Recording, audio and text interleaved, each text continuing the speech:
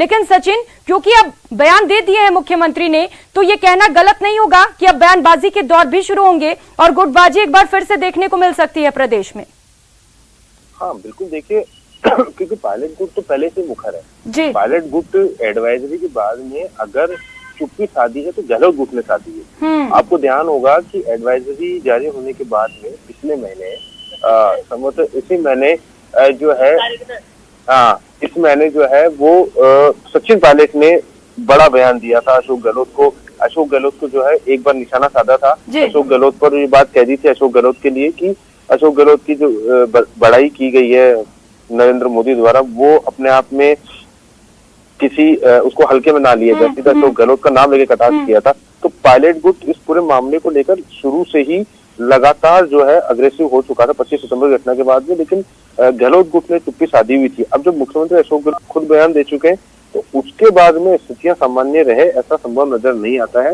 अब देखना होगा कि कितनी देर बाद किस किस के बयान सामने आते हैं। जी बिल्कुल सचिन, क्योंकि मुख्यमंत्री पहले से ये कहते आ रहे हैं कि युवाओं को सब्र करना चाहिए, लेकिन इस बार तो खुलकर उन्होंने पूरी तरह से हमला बोल दिए हैं कि गद्दार हैं और कभी भी मुख्यमंत्री नहीं बन सकते हैं। लेकिन सचिन, क्योंकि राहुल गांधी जल्द ही आ रहे हैं भारत जोड़ो यात्रा पर, तो हो सकता है इस यात्रा पर भी मुश्किलें नजर आने वाली हैं अब इस बयान के बाद। बिल्कुल है ना। हाँ देखिए बिल्कुल बयान बहुत बड़ा बयान है और इसके बाद में गुटबाजी बढ़ेगी राजस्थान जी। और मैं जैसा कि मैंने पहले कहा कि जो अशोक गहलोत है वो बहुत मजे में नेता है और पहली बार उनको चुनौती मिल रही है किसी तरफ से। तभी एक बार पहले भी उन्होंने इस तरह का बयान दिया था, आपको ध्यान होगा, जो बयान अभी भी बहुत चर्चा में रहता है कि जब ये लगातार घटनाक्रम राजस्थान में चला था 2020 तो उन्होंने कहा था कि वो यहाँ मुख्यमंत्री बनने आए, वो बैंगन बेचने नहीं आए। और सचिन पायलट को हमेशा से उन्होंने टारगेट किया, नाम लेके बोलते रहे कि सचिन पायलट की चुप्पी साधी रही। अब जब 25 सितंबर की घटना हुई और अशोक गहलोत कैंप कटघरे में खड़ा हुआ तब पायलट गुट ने अपनी रणनीति बदली और लगातार गहलोत गुट को घेरने की तो कोशिश की ही, साथ में सत्ता परिवर्तन की भी मांग वो लगातार करते रहे और अभी भी कर रहे हैं। कल भी जब प्रेस कॉन्फ्रेंस हुई तो उसकी जो बाउंड्री थी या उसकी जो मेन उसका उद्देश्य था वो यही था कि राजस्थान में परिवर्तन किया जाए। कहीं भी पायलट गुट के नेताओं ने ये नहीं कहा कि हम सरकार के नेतृत्व में या पार्टी के नेतृत्व में हम राहुल गांधी का बड़ा स्वागत करेंगे, उन्होंने कहा सचिन पायलट के नेतृत्व में हम बड़ा और भव्य स्वागत करेंगे। तो लगातार वो मांग कर रहे हैं कि कम से कम 3 जो नोटिस पाने वाले नेता उन पर कार्रवाई की जाए। नंबर 1, नंबर 2 जो केसी वेणुगोपाल ने कहा था कि एक 2 दिन में फैसला कर लिया जाएगा तो वो फैसला जल्द कर लिया जाए।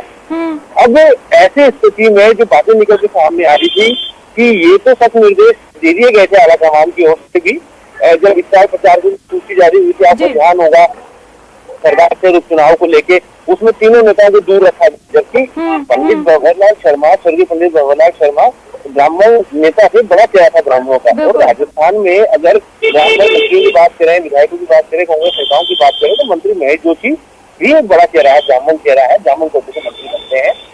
उनको स्टार प्रचारकों की लिस्ट में शामिल नहीं किया गया क्योंकि अगर कांग्रेस चाहे तो महेश जोशी को आपकी जगह यूज करके वहाँ पे बड़ा बहुमत पा सकती थी। लेकिन क्योंकि एआईसीसी की तरफ से लिस्ट जारी थी, लिस्ट में जब तीनों नेताओं के नाम नहीं आए जिनको अनुशासन हिंसा के जिन पर आरोप लगे थे, तो ये स्थिति और बात एकदम साफ हो गई थी कि अब आलाकमान कह लीजिए, एआईसीसी कह लीजिए, सब सोच चुका है कि कम से कम राहुल गांधी की यात्रा से तीनों नेताओं को पूरी तरह से दूर रखा जाएगा। और उसके बाद क्या होता है, उसके बाद पीसीसी की तरफ से कोऑर्डिनेशन कमेटी की बनाई जाती है, कमेटी बनाई जाती है जिसके अंदर। ठीक है सचिन, आपसे और भी ज्यादा जानकारी लूंगी। बीजेपी प्रवक्ता रामलाल शर्मा इस वक्त हमारे साथ जुड़ चुके हैं। रामलाल जी, ये बयान आपने सुने होंगे, मुख्यमंत्री अशोक गहलोत कह रहे हैं कि पायलट गद्दार हैं और उन्हें कभी भी मुख्यमंत्री नहीं बनाया जा सकता है। अपनी प्रतिक्रिया दीजिए इस बयान पर।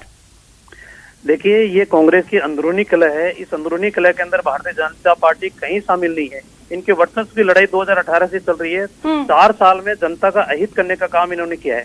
मुख्यमंत्री जी के ये कह रहे हैं कि बीजेपी हमारी सरकार को अस्थिर करना चाह रहे थे, हमारे विधायकों ने 10-10 करोड़ रुपए लिए।